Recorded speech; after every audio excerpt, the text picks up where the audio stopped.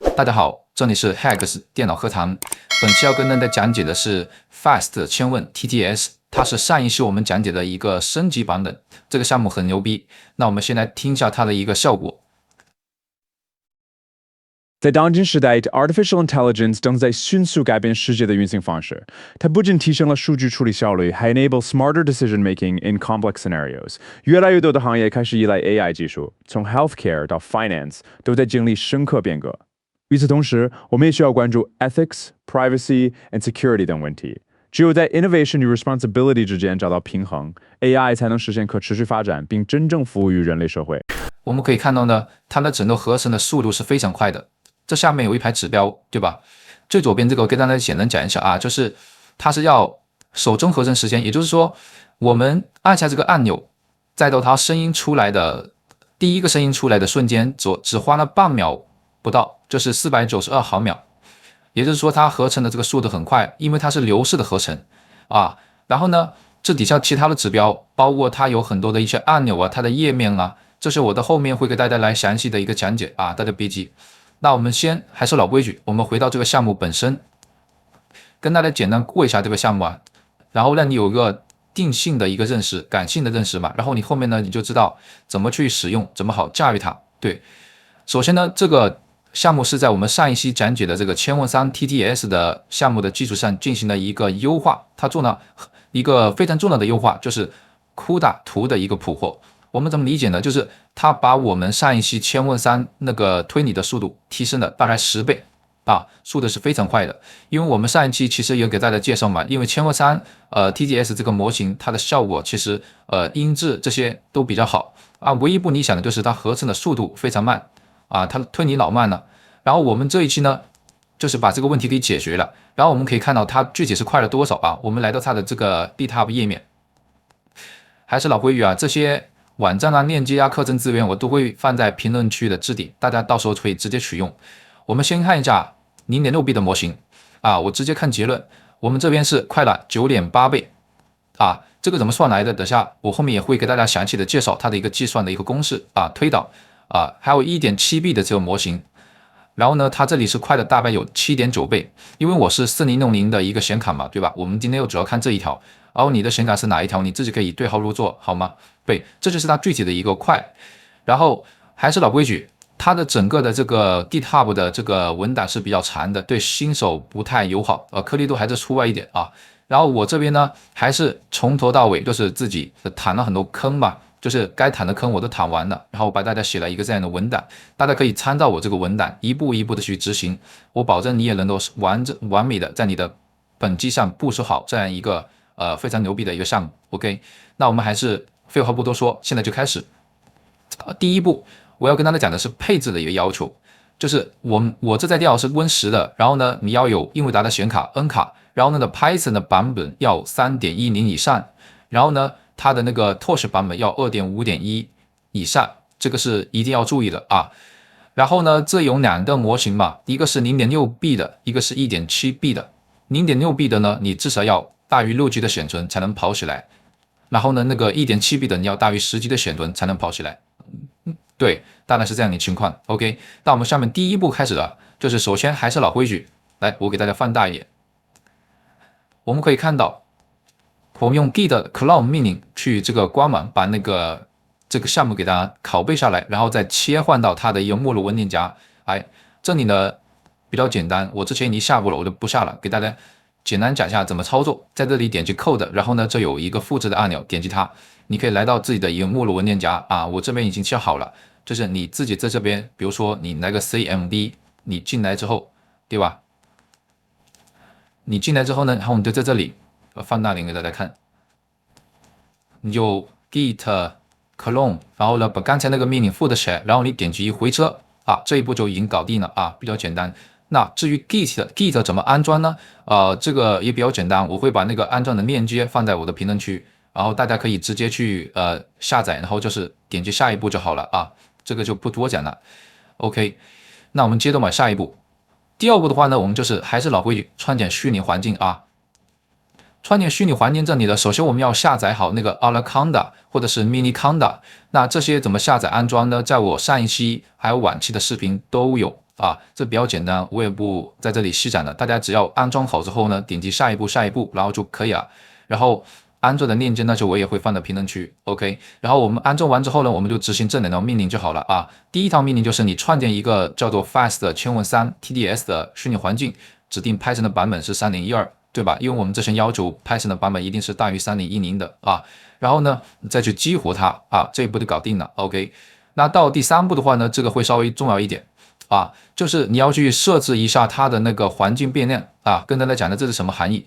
这个呢，就是你要设置那个 Hugging Face 的这个 endpoint， 就是如果你的网络没那么好啊，就是你就需要用这个镜像啊去作为你到时候下载模型的一个地址，速度就会快很多啊。OK， 那这个你就按照这个命令去敲就好了啊，我就不给大家逐一演示了。然后如果你的是在那个 PowerShell 里面呢，你就要去敲这样的一个命令，对，它两个其实是一样的，只是形式有不同啊。CMD 跟 PowerShell 比较类似。OK， 那这里我也不再多讲了啊，我们就往下走了。好，环境变量配置好之后呢，我们就要去去安装这些依赖项，或者是你下载模型也行啊。我们现在一个个讲嘛，好吗？首先我们来讲它这个安装作为依赖项，你先把这个东西给它安装好，就是这样一个环境变量，你在你这个虚拟，在这个 CMD 命令行里面啦，你就可以去安装它。先给大家在这里先激活。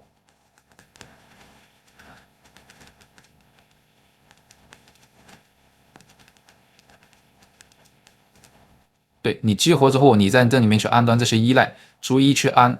好，你装好这个之后呢，它大概也花1-2分钟吧，很快。装好之后呢，你还要执行下面的命令。首先要记住，咱们得要干啥呢？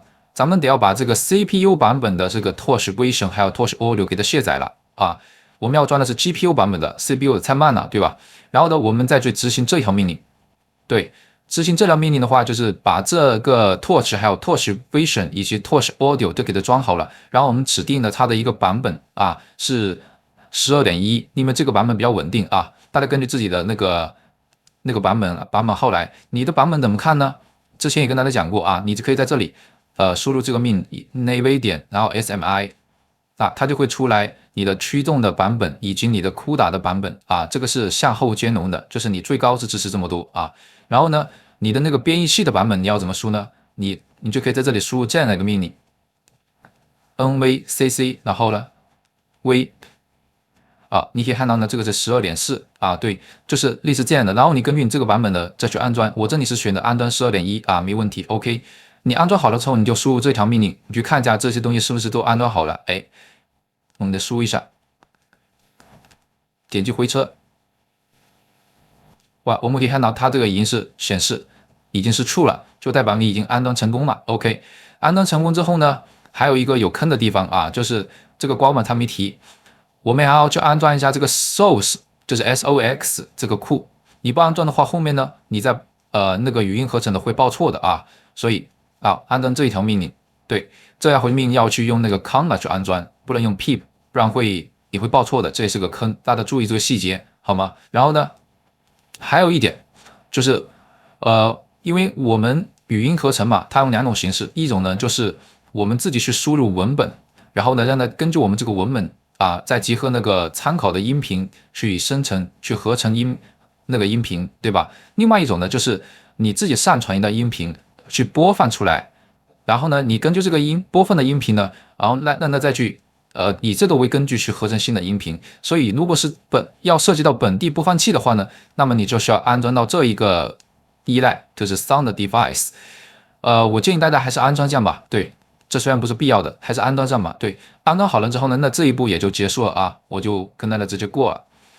那我们接下来就进入模型下载的这样的一个环节啊，还是老规矩，看过我视频的小伙伴都知道，我一般呢都是去那个 Hugging Face 下载的，当然大家也可以去那个叫做 ModScope 都可以下载的，这个是一样的啊。这个下载的这个命令其实也比较简单，首先我们把这个就是这个 Hugging Face 的 hub 嘛，把它下载好这个依赖。然后呢，我们再用这个 HF 这个命令去下载。这里呢，你要注意，你下载的这个模型的名称不要输错了啊。这个名称是在哪里呢？就是最好是去 Hugging Face 上面去找啊。你看啊，类似这种的，你找到这个地方，对不对？然后你点击复制，对，这样的话才能下载就是才是正确的。好 ，OK， 我们接着讲。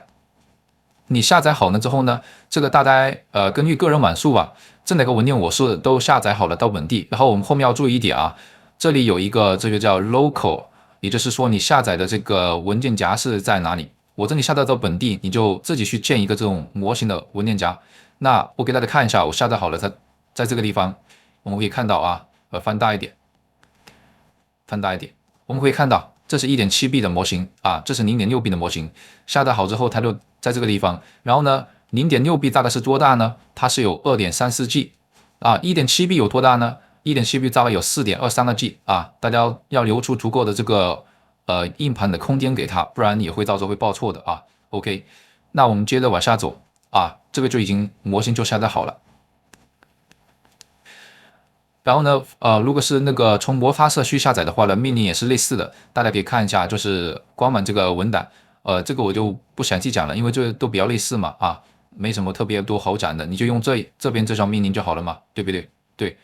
然后我们接着往下走啊，好，有两种方式了，这个时候我们把这些步骤都已经过完之后呢，我们就可以看启动我们这个项目了。但是呢，它还有一些比较坑的地方，这是我们要注意的啊。首先，我跟大家讲第一种方式，就是我们以 Web UI 的方式启动，是什么呢？就是我在那个视频最开始给大家演示的这个方式，它就是以 Web UI 的方式给大家来展示的。你要合成什么样的语音，对不对？要克隆什么样的语音？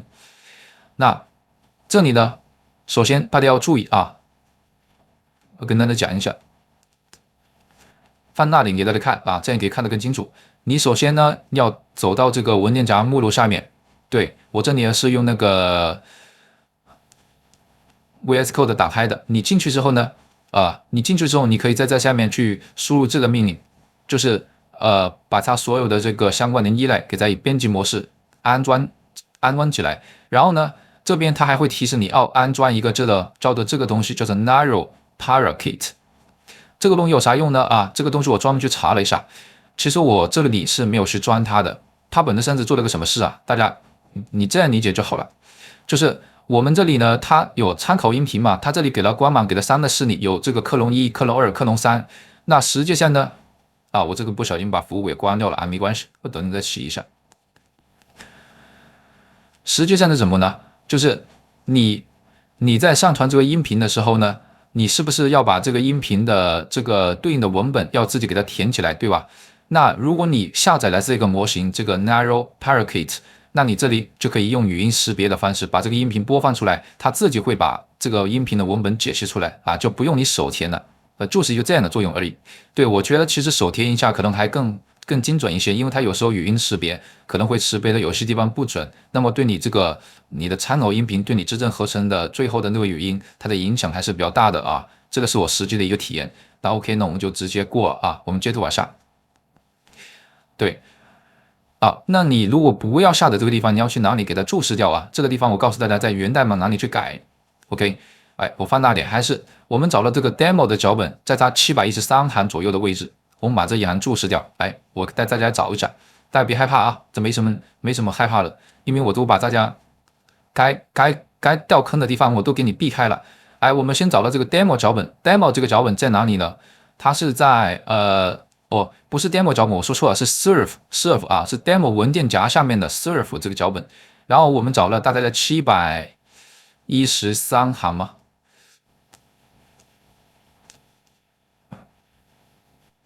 找一找，看一下，应该是这个叫 Parakeet。我们找一下这个 Parakeet 啊 ，P-A-R-A-K， 对，我这里应的函数有变化了啊，不好意思，已经到了732行。就是你最开始下载了这个文档呢，它是在713行啊，你记住就好了。然后呢，你把这个地方给它注释起来，注释掉，它就不会去下载这个预训练模型的，懂吗？哦，就这么简单。OK， 那我们接着往下去走。对，这下面还会出现一些报错，这些错误还挺麻烦的。为什么呢？因为我们上一步啊，我们下载模型的时候，我们是把模型给下载了本地，对不对？而且我的模型的这个路径呢，是在我本地的目录，对不对？那它不是叫做官方的这个所谓的这样的长成这样的一个目录，对不对？因为它默认的代码里面它是写死的，它是写成这样的一个目录，就是如果你你去直接去执行这个代码啊，就是按照它官方文档所给的，你去执行，你执行这样的 Python 呢，然后那个去执行这个 demo 这个脚本。在这里，你如果直接去执行的话呢，它会报错的，就是它没办法去加载这个模型，它会这上面会显示 error， 对吧？所以你要怎么做呢？你接下来跟我操作就可以了。首先，我们有3步处理啊，我们还是来到这不是 demo 的脚本，这个地方写错了，不好意思啊，这个应该是 serve， 还是 serve 这个脚本，在这里就是这个 demo 目录下面的 serve。我们进去之后啊，刚刚已经出示了这一步，然后我们的盖查呢，我们先去在最下面呢，这个 OR modus 它有个这样的一个列表，我们找到它啊，大概在这个位置最上面了，我们可以往上拉。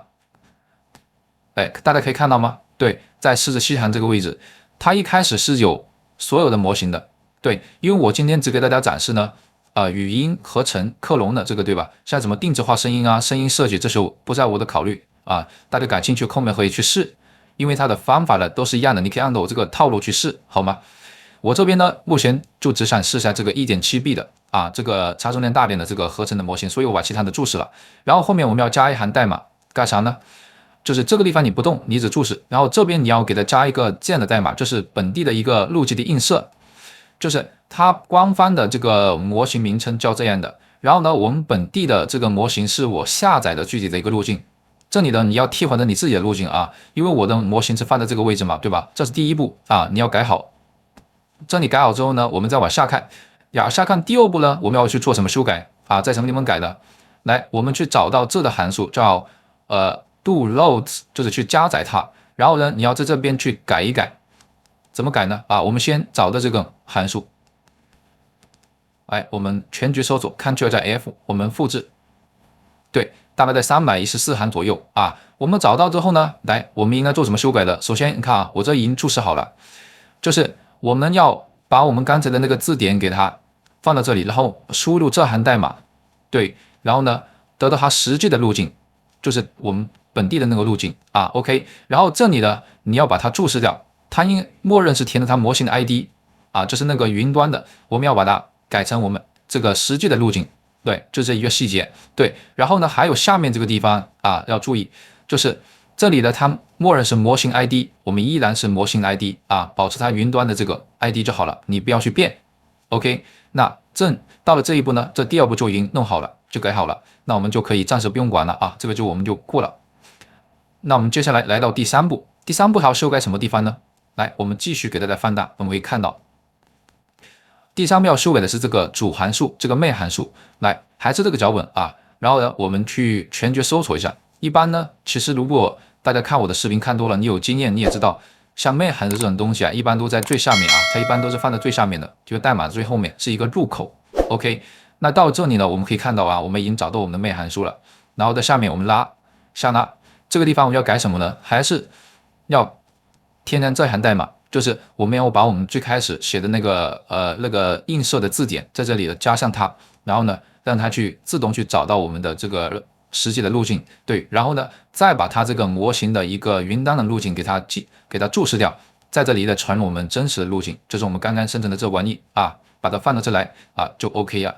然后底下这里有缓存的官方的名称呢，那我们依然是保持它默认的，以它那个云端的名称为主，我们不去动它 ，OK， 对。然后呢，到这里为止呢，第3步就已经搞定了，对，也就是说你源码要修改的地方都改好了，都已经全部弄好之后呢，你再去启动，你去执行这个 Python 这个代码，这个 demo serve， 它才会非常的丝滑的，就像我最开始视频给大家演示的一样，它能够顺利的播放。OK， 那我为了给大家演示，我重新再启动一次。OK， 我这边已经杀掉了大家可以看到，我目前呢它已经什么都没有了，然后刷新了这个网页，它肯定也是访问不到的，它会报错嘛，对吧？因为我服务端已经给杀掉了，那我就执行 Python， 然后呢这个 demo serve， 来放大一点，大家也可以看到，然后我点击回车，对，你看它就会去加载我们的这个模型。它这里显示的还是云端的那个路径，但是呢，后面的话呢，它就会去加载到本地的模型呢。OK， 你可以看到这里它会显示已经捕捉到这个 CUDA 的这个图，然后呢，它已经给它预热，啊，然后不断的在进行一个操作，到这里 TGS 模型已经准备好了，对，然后呢，它就会启动一个端口啊，大家可以对着这个端口的是7860嘛，我们按住 Ctrl 加鼠标左键点一下，然后点击这个 Open， 哎，就可以把它打开了啊，我们新开了一个，打开之后呢，它就长成这样，默认的一个界面。那这个页面是长什么？是具体什么含义呢？我先给大家过一下。首先啊，大家可以看到，在它最右上角的这个地方，它已经不报错了嘛，它已经是 ready 了嘛，这就证明我们的模型已经成功加载了。然后这个页面是什么含义，以及它的参数是什么，我给大家再详细讲一下。我们必须要了解它，才会很好的掌握它。希望大家不要嫌我啰嗦，因为我要保证我们的新手同学他都能学会。OK， 首先这上面的这个东西就是你要合成的一个文本，你要合成什么东西你就往这里面塞啊，就完事了。然后在下面呢，它有一个 simple， 还有一个 advanced， 这有什么用呢？有什么区别呢？ simple 这个东西呢，你可以看到啊 simple 是你自己选，然后呢，你这里呢要去点这个麦克风录音，你直接这样点它会报错的。为什么？因为默认呢，我们目前是 HTTP 请求，要默认是那 HTTPS 请求，它才不会报错。那还有其他的方式也可以让它可以用麦克风，就是这个地方我们可以看到呢，我们把这个 0.0.0 改成什么？你改成这个英语单词叫 localhost。哎，我给大家放大看一下，大家可以看得更清楚。对 ，localhost， 对啊。然后你改好之后呢，这个时候你再去点这个麦克风，它才能够发挥作用。首先我还没刷新呢，它现在不支持，你看要使用 HTTPS 或者 localhost， 它不提醒你了，对吗？然后我们刷新一下，我们再改一下啊，改成 localhost。OK， 这个时候呢，我们可以看到啊，简单模式呢，这里参考音频，你就可以，要不呢你对着点一下这个 clone 这个东西，你就可以上传一个你本地的一个参考的一个音频文件啊，大概10秒或者是几十秒都可以，一般也不用太长了，我觉得10秒左右都差不多。然后呢，上传之后呢，你不需要填这个音频的这个对应的一个内容啊，它没有给你留出任何可以填的地方，对吗？然后你就可以去点这个播放，它就可以模仿你上传的这个参考音频，然后去合成你这个文本里面的一个对应内容的一个东西，把它变成声音，这是第一点。那第二点呢，我们讲的是这个 advanced 的这个先进模式。先进模式呢，它其实就相当于是它这里给你预设了3个参考的音频。来，我们可以先听一下第一句音频啊，在这个地方我会点击播放。Don't be deceived by the name. There is nothing cuddly about this particular teddy bear. In fact, it's the most dangerous plant in the desert. 这是一个比较参差的声音啊。第二个声音也是一个这样的啊，时间关系啊，我都不逐一演示了。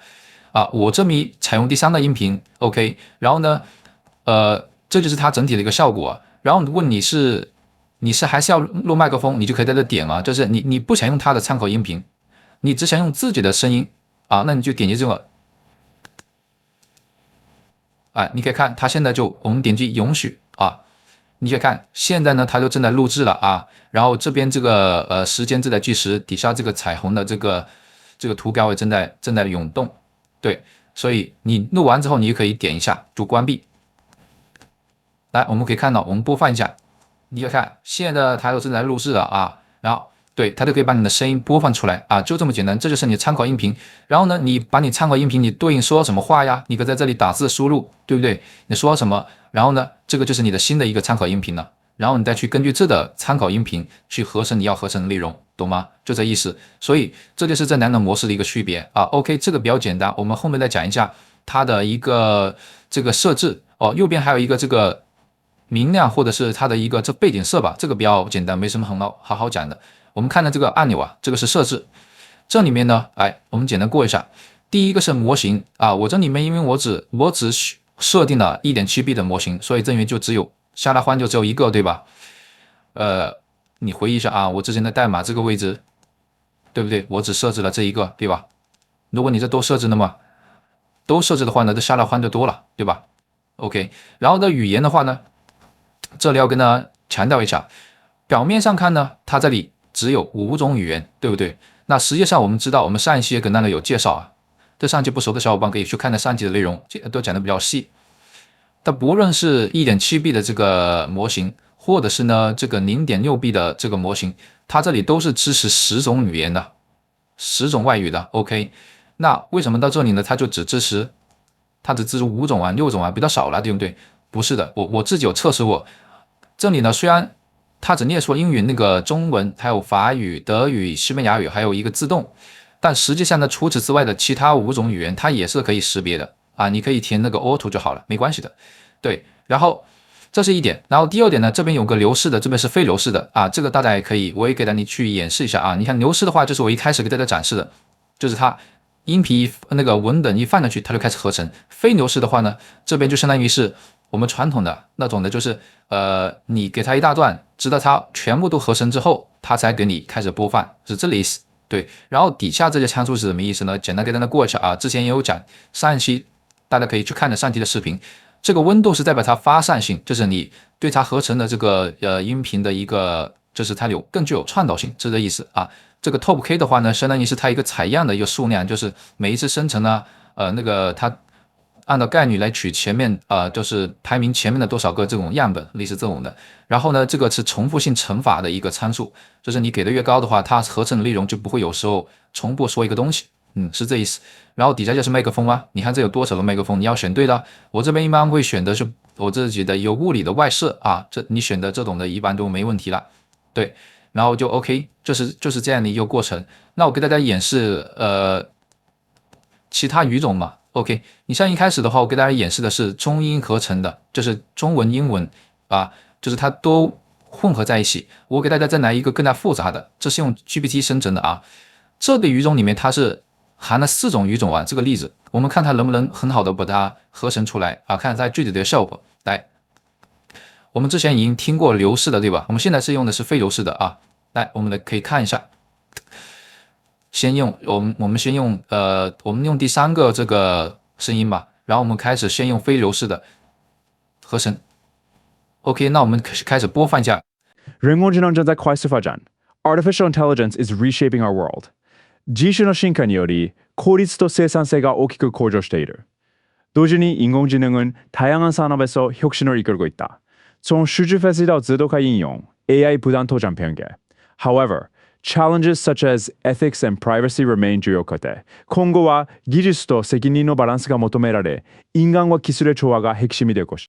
这个是把4种音频都已经合成了。我觉得整体上来说合成的东西还是听上去还是可以的，但是它会有一些小的一些问题。但是问题并不是它本身的一个能力问题，而是我们这个克隆的音频呢，全都是英文的。对，所以我们会发现它在读英文的时候呢，它读的比较自然，但是有时候在读英文跟中文呢，尤其是这种交界的地方呢，它可能会有些模糊啊。这个问题很好解决，就是你的参考音频很重要的。因为它是在播放你的参考音频，你的参考音频只有英语这一种语种，而我们要合成的这个音频这个文本呢是有4种语种的，所以它当然会有些地方就表现那么就是没有那么自然。那你要处理这个问题呢，其实你就把你的参考音频啊，也把它改成4种语种的啊，你找到这种音频的。当然我这个例子比较极端，一般我们生活中最多2种语种就已经够用了，对吧？所以大家根据自己实际需求来，你明白这个道理就好了。对，然后这个是非流式的，给大家也演示啊。然后就是呢流式的我们来看呢它这个会怎样啊。然后这有 chunk size，chunk size 就是每一次它的一个批处理的一个数量，你这个数值调得越大，那么它合成的这个速度是越快的，当然你的显存的占用也会越高。那我们可以看到我的显存目前已经达到 10.8 左右了啊。 OK， 那我们把它调好之后，我们退出的影声效，我们再还得点击播放。在当今时代 ，Artificial Intelligence 正在迅速改变世界的运行方式。它不仅提升了数据处理效率，还 enables smarter decision making in complex scenarios。越来越多的行业开始依赖 AI 技术，从 healthcare 到 finance 都在经历深刻变革。与此同时，我们也需要关注 ethics、privacy and security 等问题。只有在 innovation 与 responsibility 之间找到平衡 ，AI 才能实现可持续发展，并真正服务于人类社会。我们可以看到呢，它合成的这个音色其实还是可以的啊，因为我们这个是纯英文的，然后合成的文本是中英文的。对，因为刚刚启动这个服务啊，它有时候会不稳定，可能会稍微高一点。绝大多数时间，在我测试的时候，它只有这个大概是半脑左右，就500毫秒左右，其实是很快的啊。对，所以呢，这就是它一个目前的一个效果。那接下来这些指标呢，我要给大家详细去介绍一下啊。对，因为很多时候啊，我们在做这种语音合成相关的项目的时候，都会遇到这些指标，也就是理解它这个概念啊，不是说大家就是看了热闹啊。我希望你们真的能掌握这个知识啊。首先啊，你不用害怕啊，我一个跟你讲。第一个这个叫 TTFA， 这个东西呢，它全称是什么？就是相当于是那个手帧音频合成的时间嘛，就是你这样理解就可以了。就是当我点下这个合成的按钮，到它最后第一个声音出来的那一瞬间，这中间的一个间隔时间就是这个时间啊，这是它很重要的一个指标啊。第二个的话，它是客户端的时间，客户端的时间是什么呢？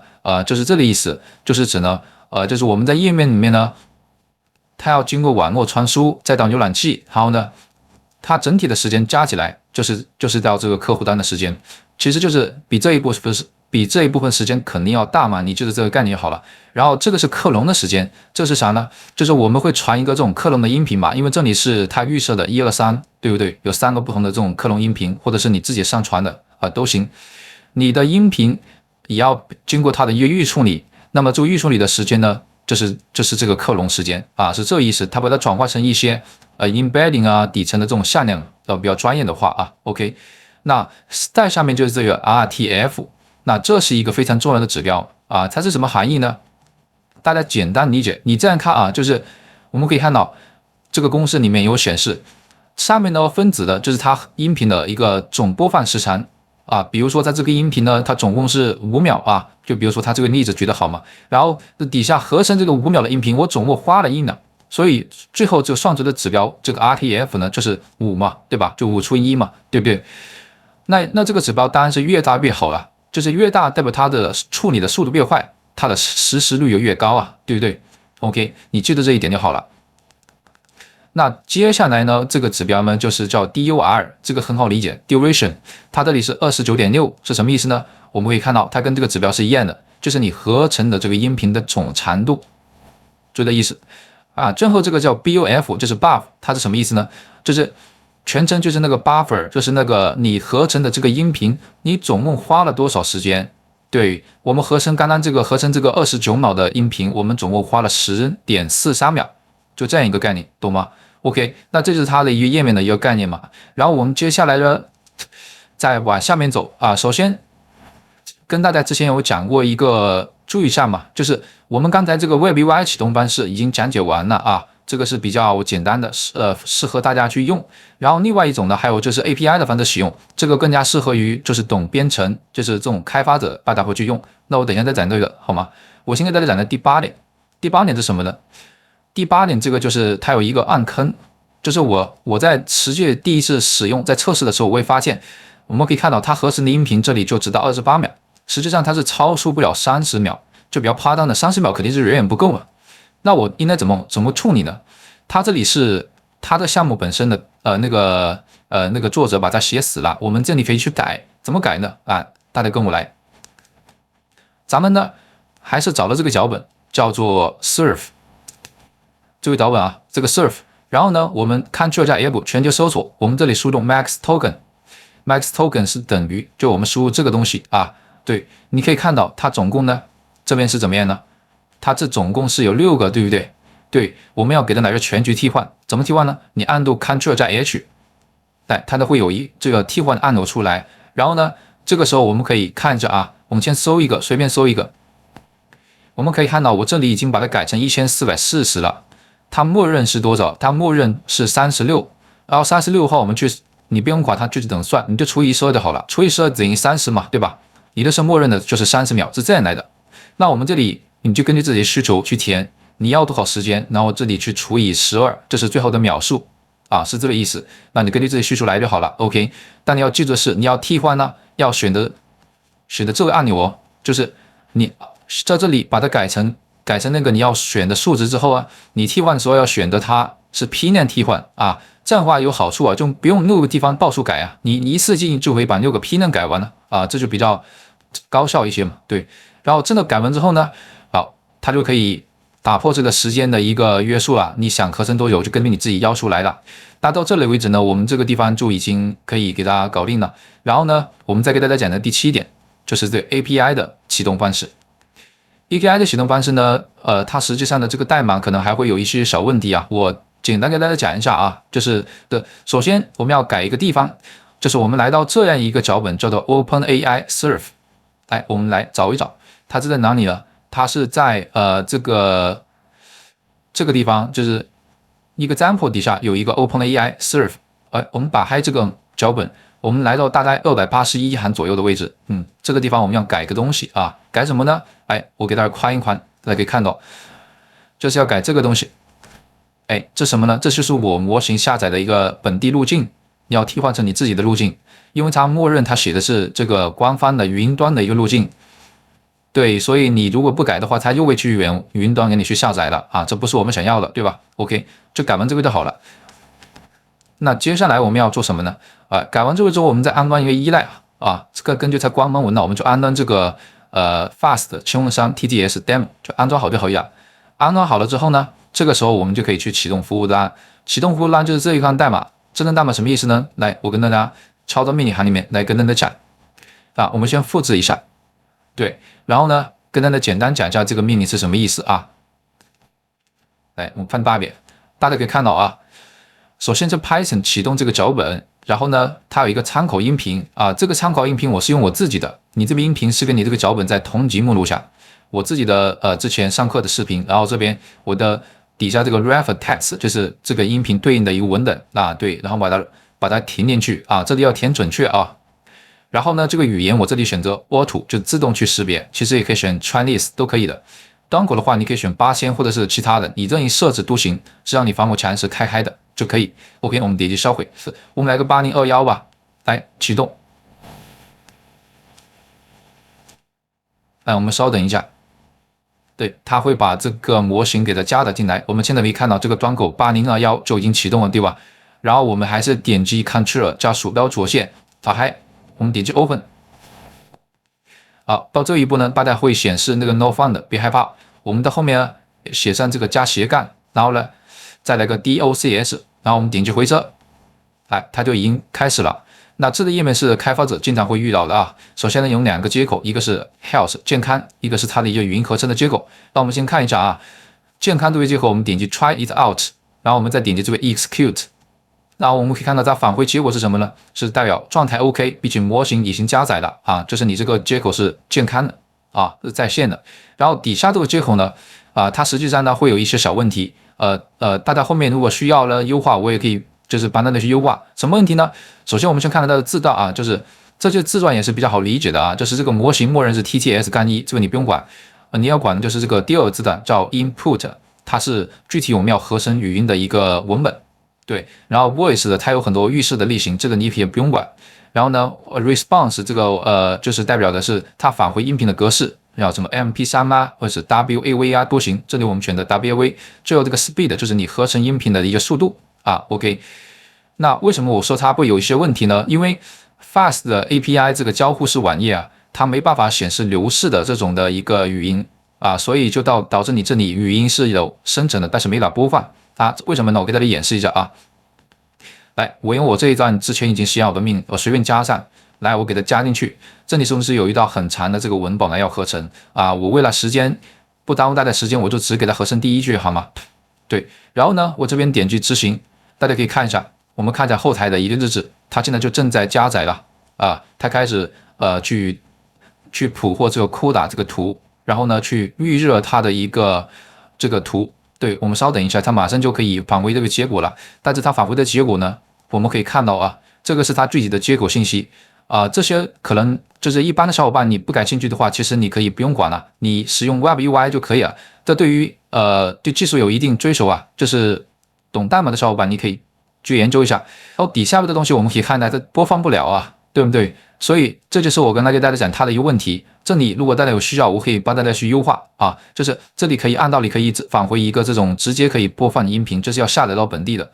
它这个接口呢也不用说有问题啊，就是你要让它播放它的音频，你要用那个 Postman 这种请求工具，它就能够播放。对，这时候因为这个网页端它有一个局限性嘛，对，能这样理解就好。OK， 那到这一步为止呢，我们 API 方式启动已经给大家介绍完了。OK， 那到此为止呢，本期呢，该分享的内容基本上都给大家介绍完了。